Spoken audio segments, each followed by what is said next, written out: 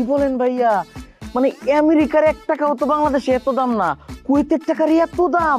হুট মিয়া, আমি কি এমনি এমনি আপনারে কইতেছি কুয়েত যাইবা? জীবনটা বদলে যাবো কুয়েত গেলে। আচ্ছা ভাইয়া, তাহলে আমি কুয়েত যাওয়ার জন্য টাকা ম্যানেজ করতেছি।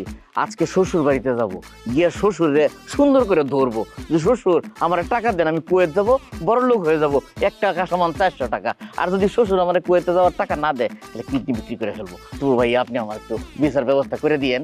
আপনি তাড়াতাড়ি টেহার ব্যবস্থা করুন, ভিসার ব্যবস্থা আমি করাম। এটা লয় চিন্তা করুন না যে সারা বিশ্বে আমগো লোক আছে, লাগে ইউরোপে পাঠাই দেম মিয়া। ইউরোপ চাইবা হ্যাঁ? না রাখেন আপনার ইউরোপে আমি যাবো না, আমার কুয়েতই ভালো। কুয়েতের সাথে ভালো কোনো দেশ আছে? 1 টাকা 400 টাকা। এই তো বুঝছুন, এখন যাক টেহার ব্যবস্থা করুন, ভিসা আমি ব্যবস্থা করতেছি। ওটা লয় নিয়ে চিন্তা করুন না যে। আচ্ছা ভাইয়া, ভাইয়া ওই আপনার একটু মনের কথা কই, জীবনে কোনো সুখ শান্তি নাই, টাকা পয়সা কম, তো এজন্য একটু ম্যানেজ টেনেজ করে কুয়েতের ব্যবস্থাটা করে দেন, ইনশাল্লাহ আমার জীবনটা চেঞ্জ হয়ে যাবে। ঠিক আছে ভাইয়া?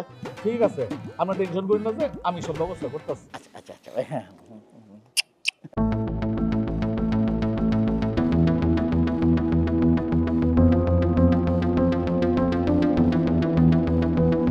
কেন যে এই খয়রাতে বাড়িতে আমি বিয়ে করলাম? হ্যাঁ, ভাঙ্গা ঘর, ভাঙ্গা শ্বশুর, ভাঙ্গা বউ, ভাঙ্গা শাশুড়ি। আসলে ভাঙ্গা তো ঘর না, ভাঙ্গা হইলে আমার কপাল, আমার কপাল। এই তুই একটা কাজ করতে পারবি? কি?